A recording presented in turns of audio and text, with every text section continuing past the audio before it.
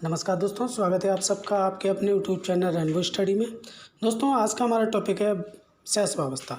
सहस्त्रावस्था से संबंधित जितने भी महत्वपूर्ण प्रश्न जो बनते हैं वो आपको इस वीडियो में देखने को मिलेंगे। तो आइए दोस्तों शुरू करते हैं। पहला ही दिया है, जन्म से लेकर 6 वर्ष की आयु होती है। तो जन्म से लेकर के जो 6 वर्ष की आयु होती है उसे कहते हैं सहस्त्रावस्था, और 6 वर्ष से जो 12 वर्ष की आयु होती है उसे हम बाल्यावस्था कहते हैं। अगला प्रश्न है, समाजीकरण की जो प्रक्रिया के प्रारंभ होने की अवस्था होती है। तो समाजीकरण की जो प्रक्रिया प्रारंभ होती है वो सहस्त्रावस्था से ही होती है। अगला प्रश्न है, एक नवजात शिशु का कद या ऊंचाई होती है।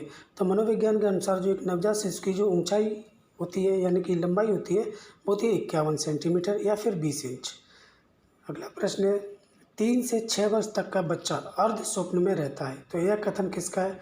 तो यह जो कथन है वह थॉर्नडाइक जी का है। अगला प्रश्न है, सहस्त्रावस्था को सीखने का आदर्श काल कहा है। तो सहस्त्रावस्था को सीखने का आदर्श काल किसने कहा है? ये कहा है वैलेंटाइन ने।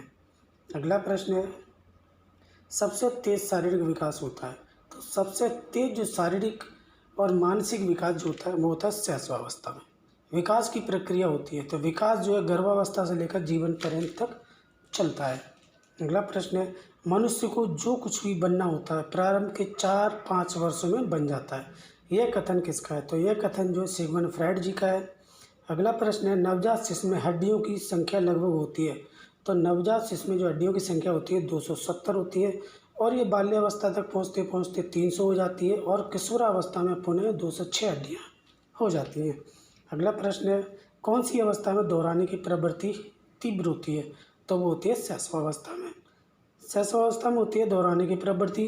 अगला प्रश्न है, फ्रायड के अनुसार लड़कियों में कौन सी ग्रंथि पाई जाती है? तो फ्रायड के अनुसार जो लड़कियों में पाई जाती है इलेक्ट्रा ग्रंथि पाई जाती है। इसी ग्रंथि के कारण जो है लड़कियां अपने पिता से अधिक प्रेम करती हैं।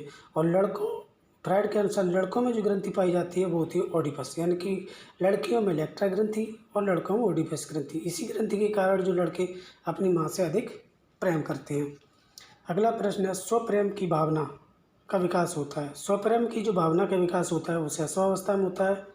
अगला प्रश्न है, जन्म के समय शिशु की धड़कन रहती है। तो जन्म के समय जो शिशु की धड़कन जो अनियमित रहती है, ये कभी ज़्यादा और कभी कम होती रहती है। अगला प्रश्न है, हड्डियों में कौन सा तत्व पाया जाता है? तो हड्डियों में जो कैल्शियम, फास्फोरस और खनिज तत्व पाए जाते हैं।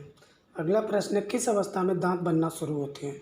तो दांत बनने की जो प्रक्रिया है वो जन्म से पूर्व ही शुरू हो जाती है, यानी गर्भावस्था में दांतों का बनना शुरू हो जाता है। स्व केंद्रित अवस्था होती है। स्व केंद्रित अवस्था जो होती है वो सहस्त्रावस्था होती है। अगला प्रश्न है, शिक्षा की किंडरगार्टन पद्धति का प्रतिपादन किसने किया? तो शिक्षा की जो किंडरगार्टन पद्धति है उसका जो प्रतिपादन किया था वो किया था फ्रॉबेल ने। अगला प्रश्न है, भूख प्यास ये जो जन्मजात प्रेरक हैं, भूख प्यास क्या है? ये एक जन्मजात प्रेरक हैं। अगला प्रश्न है, बालक की प्रथम पाठशाला है। तो बालक की जो प्रथम पाठशाला होती है वो उसका होता है परिवार। तो दोस्तों, ये थे कुछ महत्वपूर्ण प्रश्न। उम्मीद करता हूँ आपको पसंद आए होंगे। अगर पसंद आए तो प्लीज़ इसे लाइक, शेयर और सब्सक्राइब करें, और सुझाव देने के लिए आप कमेंट्स भी कर सकते हैं। धन्यवाद दोस्तों, मिलते हैं अगले वीडियो में।